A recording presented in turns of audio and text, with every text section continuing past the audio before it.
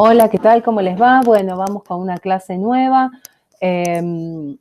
Vamos a continuar con extremos. Ahora, en este caso, vamos a ver extremos absolutos. En la clase anterior vimos extremos locales y vamos a ver extremos absolutos, pero bueno, vamos a precisar en dónde vamos a hacer extremos absolutos en conjuntos compactos. Entonces, vamos sin más preámbulos a la presentación, a la clase. Lo que sí quería comentarles es que fíjense que esto tiene una dinámica, el desarrollo de la materia tiene una dinámica parecida a la de análisis 1, ¿no? A la de funciones, estudio de funciones de una variable, ¿no? Donde veíamos extremos locales y después veíamos también extremos absolutos. Entonces, vamos a ver extremos absolutos, como les comentaba, en conjuntos compactos de Rn, y después una técnica que se llama multiplicadores de Lagrange. Entonces, bueno, si yo tengo una función, un campo escalar definido de un conjunto, desde un conjunto D de Rn a R, y un punto de x0 de ese dominio, entonces vamos a recordar un poco las definiciones de extremos absolutos. En x0 se va a alcanzar un mínimo global o absoluto si la imagen, ¿sí? Si la f de x0 es menor o igual a f de x para todo x del dominio, ¿sí? No en un entorno, sino en todo el dominio de la función. O sea, es el más chico de todos. Su imagen es la más chica de todas. Recuerden que puedo hacer estas comparaciones porque como va a R, puedo comparar, ¿no? Porque lo que en definitiva me dan números. Y va a ser un máximo global si la imagen f de x0 es la más grande de todas, es mayor o igual que f de x para todo x del dominio, ¿sí? Entonces, lo primero para decir de estas dos definiciones, es que en general, si el conjunto D, el dominio, no es compacto, no es sencillo determinar si un extremo es absoluto o no. Y aparte, bueno, muchas veces no va a haber extremos absolutos, ¿sí? De hecho, podrían ni haber relativos. Entonces, que eso ya lo discutimos un poco en la clase pasada, ¿sí? Entonces, lo que sí va a suceder es que si el conjunto del dominio es compacto, o sea, es un cerrado y un acotado de Rn, y la función es continua en el conjunto, entonces f alcanza extremos absolutos. Esto es lo que se llama el teorema de Weierstrass, que también lo vimos en funciones de una variable, ¿sí? Entonces, si yo tengo una función continua definida sobre un compacto, o sea, sobre un cerrado y un acotado, entonces hay máximo y mínimos absolutos, sí o sí. Por supuesto, la continuidad y la compacidad, o sea, la continuidad de la función y la compacidad de D son fundamentales. Entonces va a haber por lo menos dos valores, x0 y x1, en el dominio, tal que f en x0 es el más chico de todos y f en x1 es el más grande de todos. Bien, entonces, fíjense la diferencia entre hablar en un intervalo, en un conjunto que no es acotado, por ejemplo, esta función, ¿sí? Que es una polinómica, no tiene extremos absolutos en R2 de ningún tipo, no está acotada. Obviamente acá se ve acotada por una cuestión de gráfico nomás. Pero si yo esta función la restrinjo a, por ejemplo, a este disco, que es un disco, fíjense que es el disco de radio, el dominio, ¿no? La de restrinjo a un disco de radio 1 y centro 0 menos 2. Si yo la restrinjo ahí, entonces la imagen, el gráfico de la función me va a quedar como esta porción que se ve aquí. Y acá sí tiene extremos absolutos. De hecho, el A es un máximo y el B, el C y el D son mínimos, ¿sí? Acá fíjense que el gráfico está en R3, así que este punto va a tener los XY y después en la tercera coordenada va a tener F de XY. Si no me equivoco, creo que tengo el gráfico de GeoGebra de esto. ¿Ven? Esta es la función y como verán, si la pudiera mover,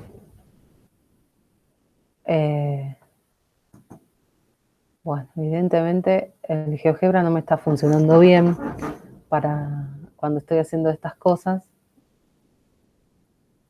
Les quería mostrar cómo que estaban todos los puntos acá, pero bueno, no, a ver si se mueve un poquito. Eso, ahí está. Le cuesta arrancar, ¿ven? O sea, el gráfico de la función restringido es este solo, ¿sí? Entonces ahí sí tiene extremos absolutos, sí tiene máximos y mínimos. Y esa sombra es el disco en el cual es un compacto porque es un cerrado y es acotado, incluye al borde, ¿sí? Bien, entonces, digamos.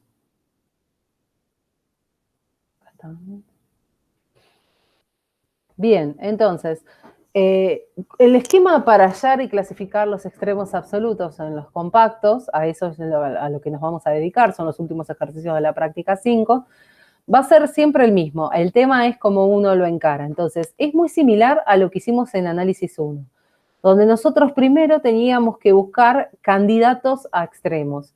Entonces, buscábamos lo que eran los puntos críticos y los puntos singulares de la función en el intervalo, en el caso de funciones de una variable. Bueno, ahora vamos a buscar puntos críticos y puntos singulares en la región D, en lugar de ser una región de un intervalo real, va a ser una región de R2 en nuestro caso, ¿sí? Entonces vamos a buscar puntos críticos y puntos singulares primero en el interior del conjunto, ¿sí? Y si de la forma tradicional, o sea, viendo el gradiente de f y cuando ese gradiente se hace cero, ¿sí? La mayoría, en casi todos los casos, la función va a ser diferenciable, ¿sí? Entonces, la mayoría de los puntos que vamos a poder conseguir ahí adentro van a ser puntos críticos, ¿sí? Casi no va a haber ejemplos de puntos singulares en el interior. Si D no tiene interior, el conjunto, por ejemplo, podría ser si yo estoy buscando extremos absolutos en una curva cerrada, ¿sí? Por ejemplo, en el borde, en una circunferencia. Si D no en una circunferencia, la curva no tiene interior, ¿sí? Porque todos los puntitos están en la frontera. Entonces paso directamente al segundo paso. Entonces separo al conjunto D en dos partes, en el interior y en la frontera. Le busco puntos críticos en el interior y singulares y puntos críticos y puntos singulares en el borde, ¿sí? Entonces, para el borde, que va a ser en general una curva, tengo dos opciones. Si la curva se puede parametrizar, voy a parametrizar, componer y calcular la derivada cuando se anula y así busco los puntos críticos o los puntos donde no es derivable. Si la frontera la curva no se puede parametrizar o quedan difíciles las cuentas, que es lo que muchas veces pasa, lo vamos a abordar en el caso de la frontera con los multiplicadores de Lagrange, que lo vamos a ver en el segundo ejemplo, ¿sí? Entonces, primero en el interior, segundo en la frontera. Y en la frontera tengo dos posibilidades, o parametrizo o uso multiplicadores de Lagrange, que lo vamos a ver en un ratito. Y después, una vez que tengo todos los candidatos de los puntos 1 y 2, junto todo y evalúo a f en todos los puntos. En donde sea más grande, el valor que me da va a ser el máximo y donde sea más chico va a ser el mínimo. Por supuesto que puede ser que se alcance el máximo en varios lugares y el mínimo en varios lugares. ¿Sí? Entonces, la dinámica es muy parecida a análisis, a funciones de una variable. Lo que cambia es que ahora tengo, en vez de un intervalo, voy a tener distintos tipos de conjuntos, ¿no? Bien, entonces, vamos con el primer ejemplo. Busquemos los extremos absolutos de esta función, que es una polinómica, ¿sí? X por y menos x cubo menos y en este conjunto. Son los x y de R2, tales que x más y es menor o igual que 5 y x e y son mayores o iguales que 0. Fíjense que estas dos condiciones me dan el primer cuadrante, ¿sí? Y esta condición, si yo tomo la igualdad, me da una recta, la recta y igual 5 menos x. Entonces, esta región termina siendo un triángulo porque me queda de la recta esta, en el primer cuadrante, todo lo que está en el cuadrante. Entonces me da un triángulo. Bien, entonces, como en esta región triangular, el interior, ¿qué sería? Y bueno, sería el triángulo sin los lados. Ahora lo voy a graficar el triángulo, va a aparecer ahí. Pero el interior va a ser el triángulo sin los lados, que analíticamente se describe así, con las desigualdades estrictas, ¿sí? Entonces, busco puntos críticos. ¿Por qué puntos singulares no? Y porque esta función es de tipo C infinito, entonces siempre va a ser diferenciable, ¿sí? Entonces, el gradiente es la derivada, con respecto a y me queda y menos 3x cuadrado, y la derivada con respecto a y me queda x menos 1. Entonces, lo igualo al 0, 0, y esto me da que x tiene que ser 1, y que y, si x es 1, tiene que ser 3, no le queda otra. ¿Sí? Entonces, el 1, 3, ¿está en el interior? Esa sería la pregunta. Porque acá me pueden dar, en este caso me dé un solo punto crítico, pero podría ser que el punto crítico no esté adentro, en el interior de D. Y bueno, si no está en el interior de D, entonces lo descarto. ¿Está bien? Bueno, entonces, el 1, 3 es el único punto crítico. Entonces, les decía, el triangulito. Acá estaba, o sea, el primer cuadrante, esta es la recta igual 5 menos x, y entonces fíjense que son todos los puntos que están por abajo de la recta, ¿sí? Porque fíjense que el 1, 3, si yo pongo 1 acá y 3 acá, verifica esta desigualdad, ¿sí? Entonces si lo cumple este, lo cumplen todos los de este lado. Si no, sería todo de este lado. Y eso no pasa. Bien, entonces, tengo puntos críticos en el interior, el 1, 3. Ahora voy al borde. ¿El borde qué son? Los laditos, estos, que yo les puse C1, C2, C3, convenientemente. ¿Por qué? Porque los lados son segmentos, o sea, son porciones de rectas.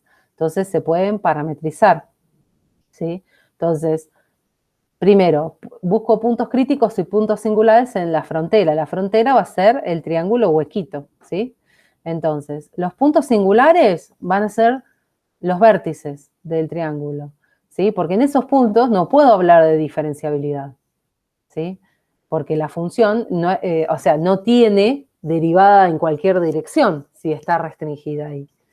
Entonces, sí o sí, los picos de la región van a ser siempre puntos singulares. Bien, entonces tengo los tres vértices y después por otro lado, como puntos críticos, vamos a hacer lo siguiente. Fíjense que el borde del triángulo es la unión de los tres lados, ¿sí? Que yo lo llamé C1, C2, C3. Entonces se puede parametrizar cada uno, ¿sí? Esto es lo que se dice que D, que la frontera de D es parametrizable a trozos, ¿sí? Porque es parametrizable pedacito por pedacito, ¿sí? Entonces, el primero, C1, que se correspondía con este, ¿sí? Lo puedo parametrizar como 0T, con T entre 0 y 5, ¿sí? Acá el 0 y el 5 no los incluyo porque quiero definir donde la composición sea diferenciable, y en los bordes ya dijimos que no es diferenciable. Entonces, cuando compongo a f con alfa 1, me da menos t. Y cuando derivo, o sea, acá no hay que hacer regla de la cadena porque la composición es sencilla. Entonces, directamente compongo, me da menos t, derivo a menos t con respecto a t nada más, porque es la única variable que hay, me da menos 1. Y esto nunca es 0. ¿Sí? Entonces no hay punto crítico en el primer segmento. El otro segmento, ¿sí? Que correspondía al que estaba en el piso sobre el eje X, es el T0 con T entre 0 y 5. Fíjense que son muy similares.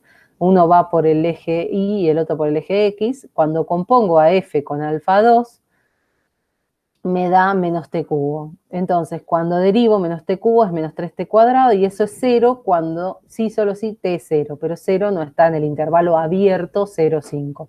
Este es un intervalo abierto y esto es un punto, ¿sí? Son dos cosas distintas. Esto es un punto de R2 y esto es un intervalo de R. Y después la última curva, que es la más, si quieren, más trabajosa, es la alfa 3, que correspondía a la recta inclinada, si quieren, al lado mayor de este triángulo rectángulo, a la hipotenusa, que se puede parametrizar como si y era 5 menos x, entonces x es t e y es 5 menos t, con t entre 0 y 5. Entonces, cuando compongo, me queda esta cúbica, ¿sí? Después chequeé en todas las cuentas y derivo y me terminan dando, lo igualo a 0, y cuando lo igualo a 0 me quedan dos posibilidades. En una de las dos es negativa, Así que la descarto, ¿sí? Porque t está entre 0 y 5, entonces no puede ser negativo. Pero la otra, la que es positiva, menos 1 más raíz de 19 sobre 3, es aproximadamente 1,12, está entre 0 y 5. Con lo cual, es punto crítico de la tercera curvita, ¿sí? Entonces, tengo el conjunto de candidatos. ¿Quiénes son? Bueno, este era el punto crítico del interior. Este era el último, el del punto crítico de la tercera curva. Y después estos son, en los otros dos curvas no habíamos encontrado nada. Y los otros 3 puntos son los puntos singulares. Entonces tengo 5 candidatos en donde F va a alcanzar extremos absolutos. Y nada más. O sea, esta es la cuestión, que no vamos a tener otros extremos posibles, ¿sí? O sea, los candidatos salen los extremos salen de esta lista de candidatos. Por eso es tan importante tener la lista de candidatos correcta, ¿sí?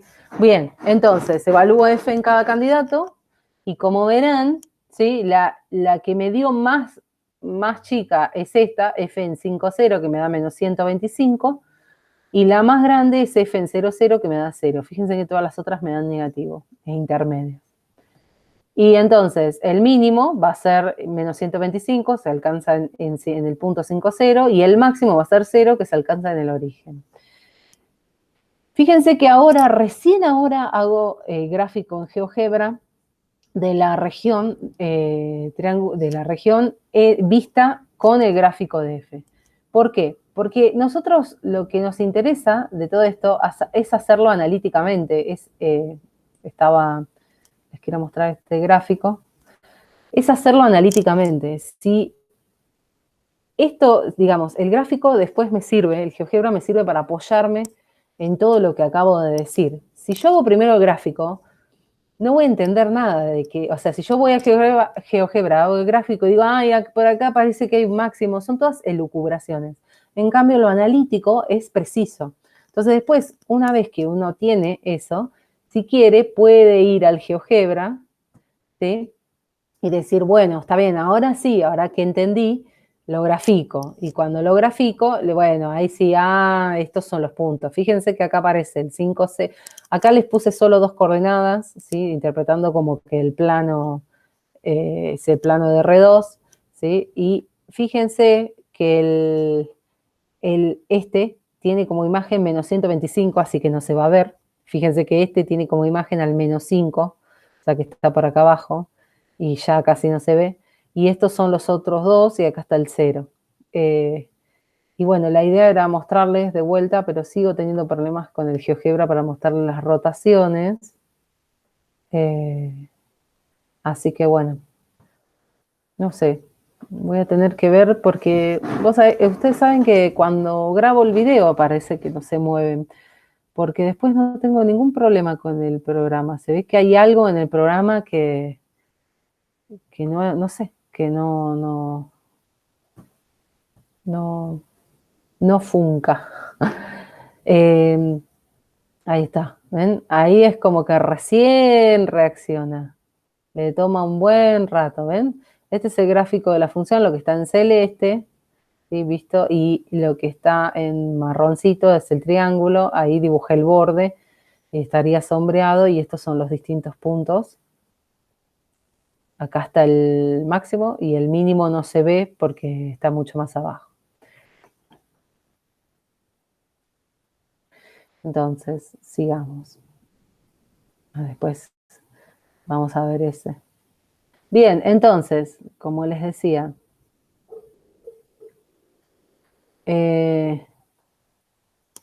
vamos a ver otro ejemplo más, que es hallar los extremos absolutos de otra función. Esta es x cuadrado menos y cuadrado, es un poquito, pareciera más sencilla, ¿sí? Restringida a la elipse, esta, x cuadrado más 9 por y cuadrado igual a 1. Y fíjense que les ahorraba el trabajo de darse cuenta que es una elipse centrada en el 0, 0, de radio horizontal máximo 1 y radio vertical máximo 3, perdón, 1/3. Fíjense que esto lo tendría que escribir como I cuadrado sobre 1/9, ¿sí? Y ahí me quedaría el 1/9 abajo, que es 1/3 al cuadrado. Entonces, en este caso, el dominio es una curva, ¿sí? Es una elipse que no tiene interior, o sea, tiene interior vacío. Una notación bastante interesante que vamos a usar es, o sea, esta f, si yo fíjense la diferencia entre tomar el dominio natural de la función, que sería todo R2, y tomar como dominio, por ejemplo, en este caso, a la elipse. Entonces, esta f está restringida a D, o sea, su dominio está restringido. Esto es esta notación, f restringida a D. Eso lo voy a usar como notación, por eso lo comento. Entonces busco candidatos, sigo los pasos. El primer paso, como tengo interior vacío, paso al paso 2, no voy a tener puntos críticos en el interior. Puntos singulares no va a haber en el borde.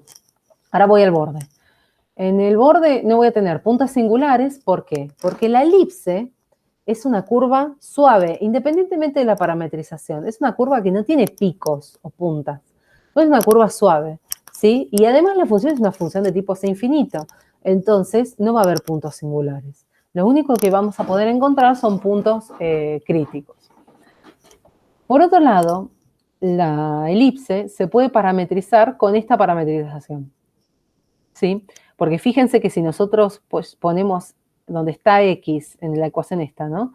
Coseno de t, y donde está y, ponemos seno de t sobre 3 y lo elevamos al cuadrado, efectivamente nos da 1.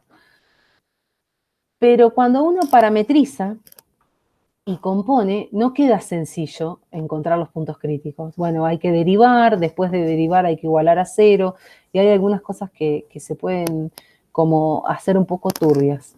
Entonces, de hecho van a quedar igualdades a ceros con cosenos y senos, y no siempre son sencillas de hallar las soluciones. De hecho, va a tener solución, pero no, por ahí muchas veces no la podemos sacar explícitamente.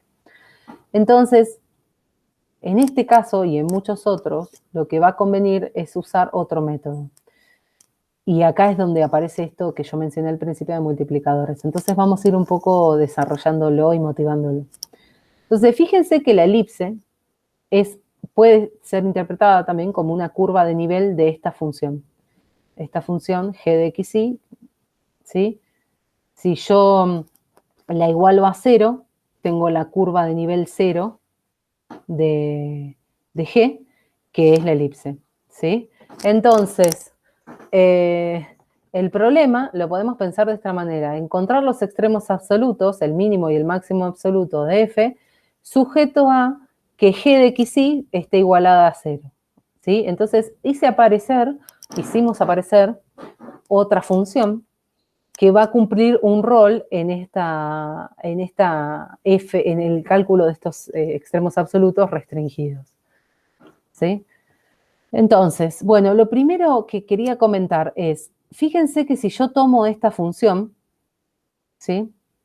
Su gradiente es 2x y 18y, porque es derivar parcialmente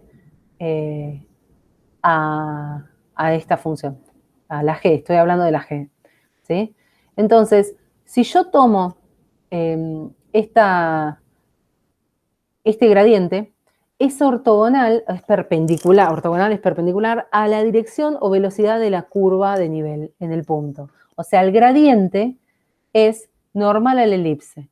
Este punto que está acá, para que se den una idea, si yo hago, fíjense, agarro, esta es la elipse, ¿sí? Agarro el punto 0, 1, perdón, 1, 0. El 1, 0 está en la elipse, ¿sí? En ese punto, el gradiente en el 1, 0, si yo evalúo en el 1, 0, esto me da, ¿sí?, el 2, 0. Por eso el gradiente, ¿sí?, apoyado aquí, tiene longitud 2 y apunta para ese lado, ¿sí? Entonces es el gradiente en el punto A, que A sería el 1, 0, ¿sí? Piensen una cosa, que voy a dejar de compartir pantalla un cachito para mostrarles el pizarrón. fíjense esta idea. Acá tengo de vuelta la curva. ¿Por qué digo que es ortogonal a ver, ¿por qué es ortogonal a la velocidad o el recorrido de la elipse? Porque fíjense que si yo la parametrizo a la elipse, con esa parametrización que comentamos hace un ratito, y calculo su derivada es menos seno de t en la primera y en la segunda es coseno de t sobre 3, ¿sí? En cero, fíjense que alfa en cero, perdón, alfa es coseno de t, seno de t sobre 3. Alfa en cero es coseno de 0, seno de 0 sobre 3, o sea, es el 1, 0. Estoy acá, estoy en este punto, acá, de la elipse, ¿sí? Y en ese punto, la derivada, o sea, cuando yo hago alfa prima en 0, me da 0, 1/3, o sea, apunta así, como vector, ¿sí? Y el gradiente apunta para allá, entonces son perpendiculares, ¿sí? La velocidad de avance o de recorrido de la curva, esto para una parametrización, con el gradiente. Y eso pasa en cada punto, ahí lo hice solo en uno. Pero pasa con todos los puntos de la curva, en toda la trayectoria, ¿sí? El gradiente, si yo lo calculo punto a punto, es perpendicular al desplazamiento, ¿sí? Entonces, eso, volviendo a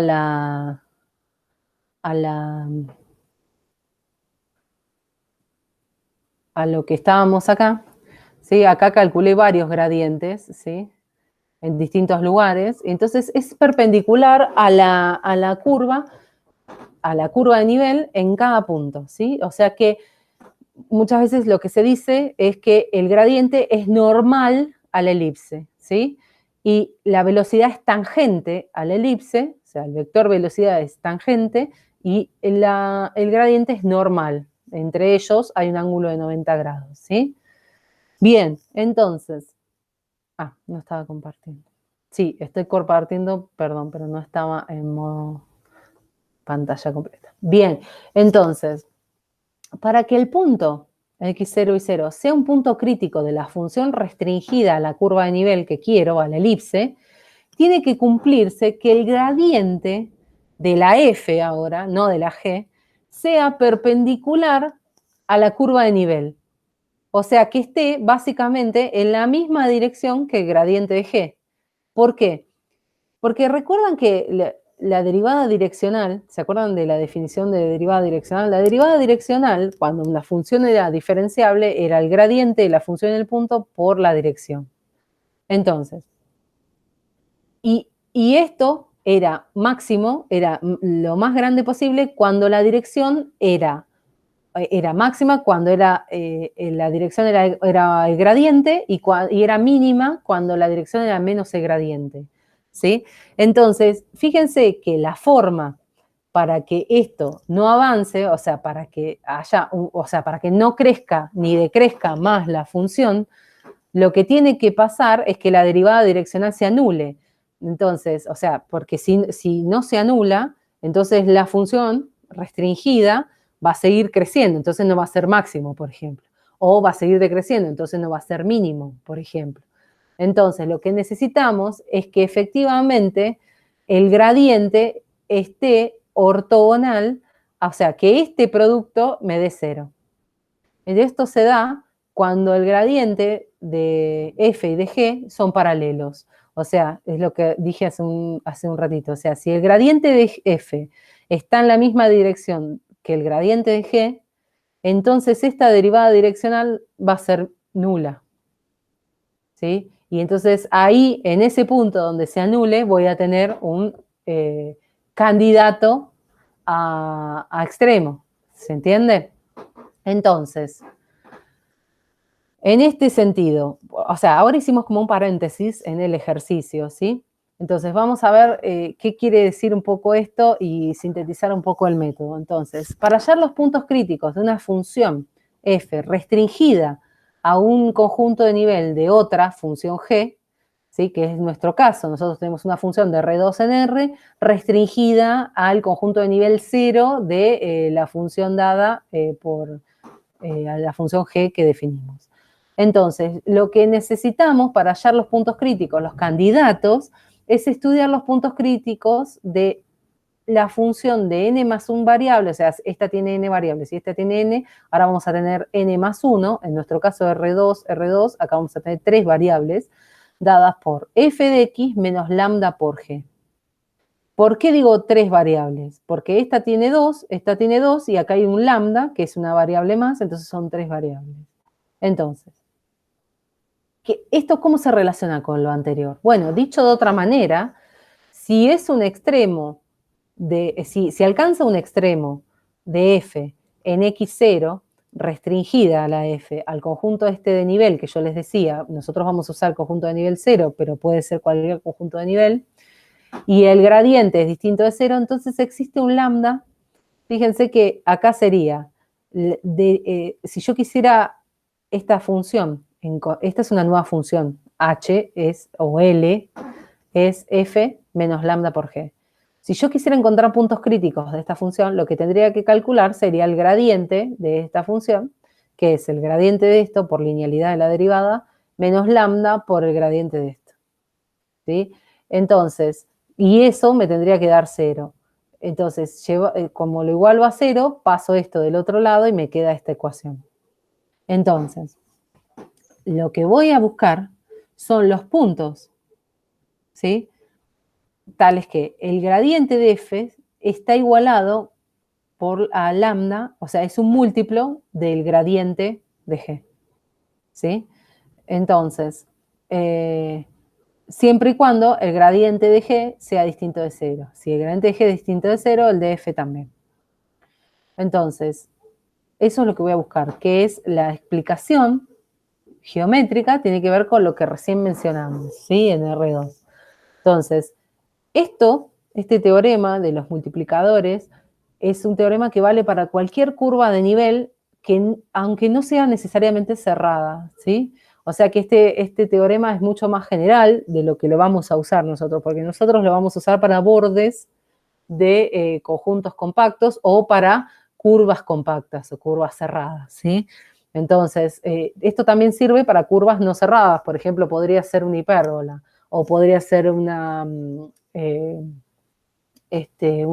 cuadrática, ¿sí? No cerrada, que la región o que la curva no es ni cerrada ni acotada, ¿sí? O sea, no es compacta, pero nosotros lo vamos a usar en el caso compacto.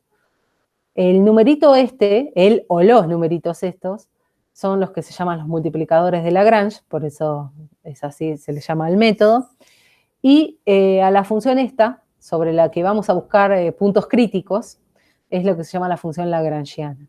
Entonces, lo que uno va a plantear es esto, es encontrar los x0 que me satisfacen que el gradiente es igual a lambda por el gradiente de f es igual a lambda por el gradiente de g, siempre y cuando esos puntos estén en la curva de nivel, ¿sí?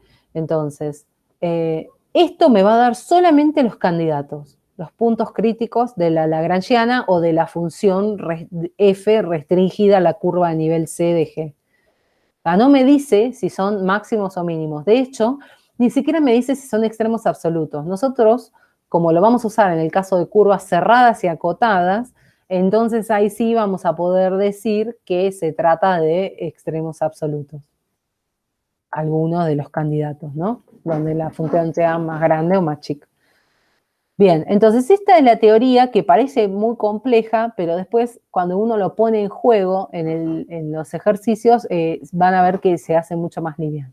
Entonces, volvamos al ejemplo 2, donde teníamos la función f, que era x cuadrado menos y cuadrado, restringida a la curva de nivel, que era el elipse.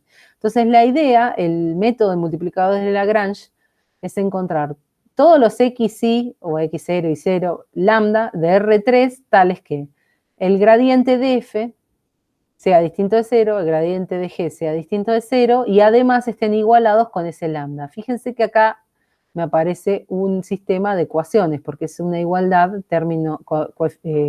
componente a componente. Y además quiero que el punto de estos puntos que me den estén en la curva de nivel, porque si no, no tiene gracia. Entonces, si yo acá encuentro unos xy que no están en la curva, entonces no son extremos de f restringida a la curva. Entonces, traducido esto, me da un sistema no lineal donde tengo 2x igualado a lambda por 2x, menos 2y igualado a lambda por 18y, y además, como xy está en la curva de nivel, tiene que pasar que x al cuadrado más 9y al cuadrado sea igual a 1. Entonces, fíjense que es un sistema no lineal de 3 ecuaciones y 3 incógnitas. Entonces, acá hay que trabajarlo y pensarlo un poco. Tenemos las siguientes opciones. Bueno, lo primero que puede pasar, fíjense, x e y en simultáneo no pueden ser 0, porque si x e y son 0, los dos gradientes me dan 0, 0, y eso es lo que estamos pidiendo que no valga, ¿sí? O sea, que no se anule, o sea, que las normales estas que yo quiero, que sean perpendiculares a la trayectoria y todo, quiero que no se me hagan 0. Entonces, x e y en simultáneo no pueden ser 0, pero sí puede ser 0 uno de los dos. Por ejemplo, si x es 0, esta igualdad vale, y de acá paso el 18y dividiendo y me queda que el multiplicador sería menos un noveno, ¿sí? Pero si el multiplicador es menos un noveno, ¿sí? Y x es 0, el punto, que ahora es candidato 0y, tiene que estar en la curva, ¿sí? Y entonces, si tiene que estar en la curva, meto el punto 0y y me da que y tiene que ser más o menos un tercio. Entonces, de ahí me aparecen dos puntos, el 0, un tercio y el 0 menos un tercio. Después, los puntos críticos hallados en este caso son 0, un tercio y 0 menos un tercio. Lo que sucede en general cuando uno tiene este sistema, como es un sistema no lineal y lo tiene que resolver, en el caso general, es bastante difícil resolver este tipo de sistemas.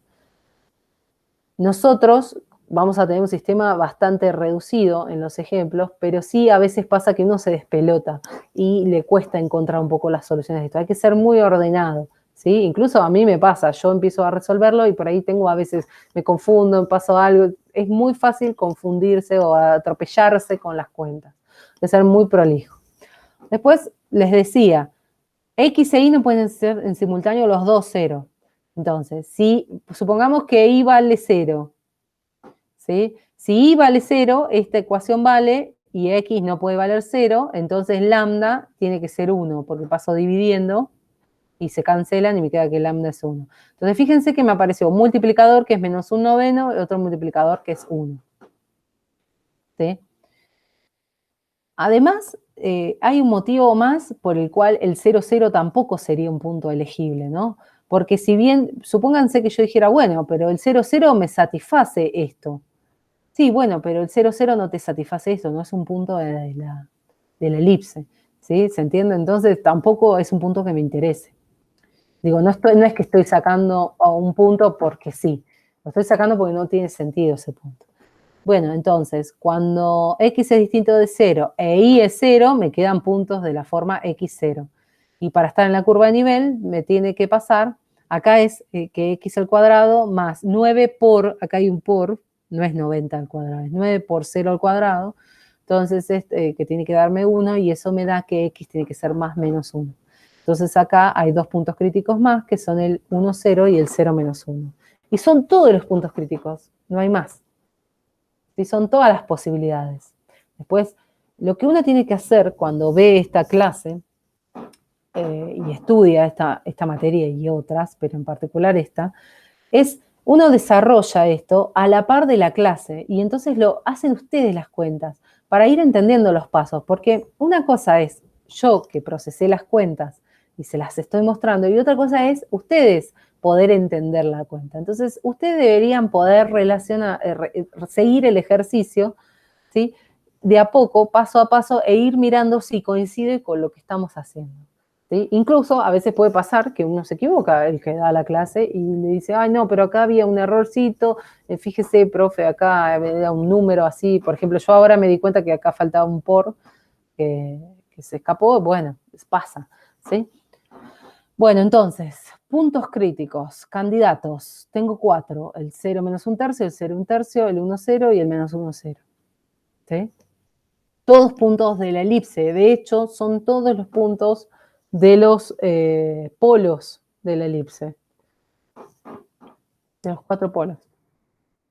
Evalúo a F en cada candidato y comparo. Entonces, cuando evalúo, me queda que, fíjense que en los 0, 1/3 y menos 1/3 da lo mismo, da menos 1/9, y en F en 1, 0 da lo mismo que en F en menos 1, 0, que da 1. La función era muy sencilla en este caso. Entonces, acá tengo un mínimo absoluto que es menos 1/9 y se alcanza en 2 valores, y tengo un máximo que es 1 que se alcanza en 2 valores. ¿Sí? Bien, entonces, para ir cerrando ya esto. Una vez que tengo los candidatos y ya tengo claro quién es máximo, quién es mínimo, ahí viene lo interesante de ver un gráfico de la función. Entonces, esto que está en celeste es el gráfico de la función, ¿sí? Acá, bueno, un lujo, este sí fue rápido. Miren, en el piso está la elipse. En el piso está la elipse. De hecho, si yo lo pongo así, en realidad tendría que poner así. Lo voy a mover un poquito. Ahí. Miren.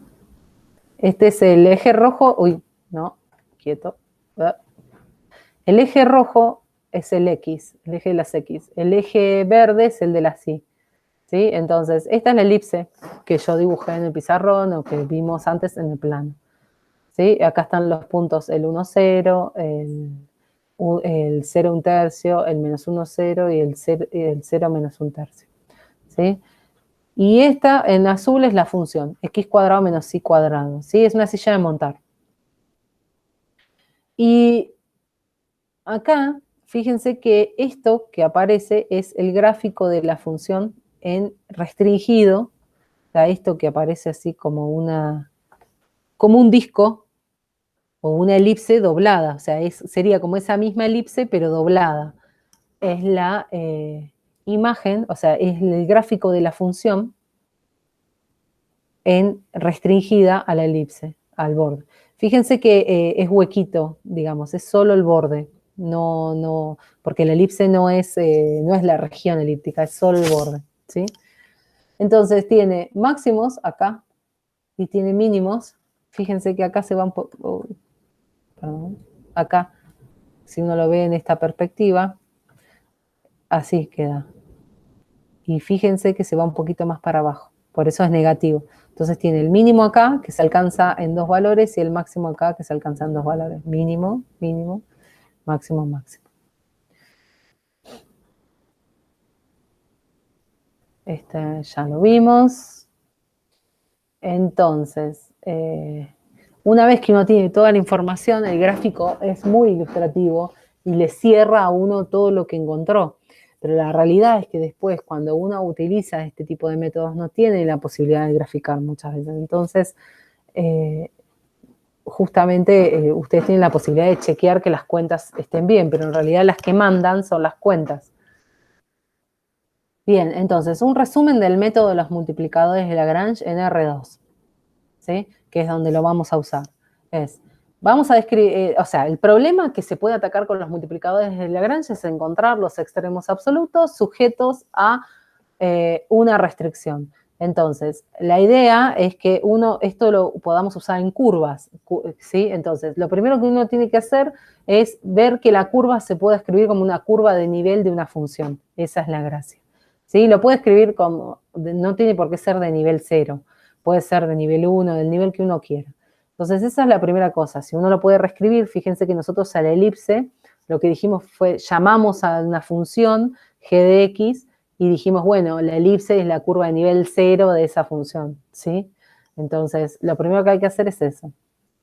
En general, la restricción sobre el dominio de la función va a estar dada por una fórmula implícita, o sea, va a ser, esto es una fórmula implícita.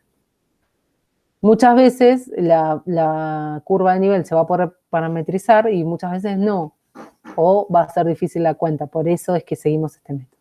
Entonces vamos a ver, lo que queremos calcular es f restringida.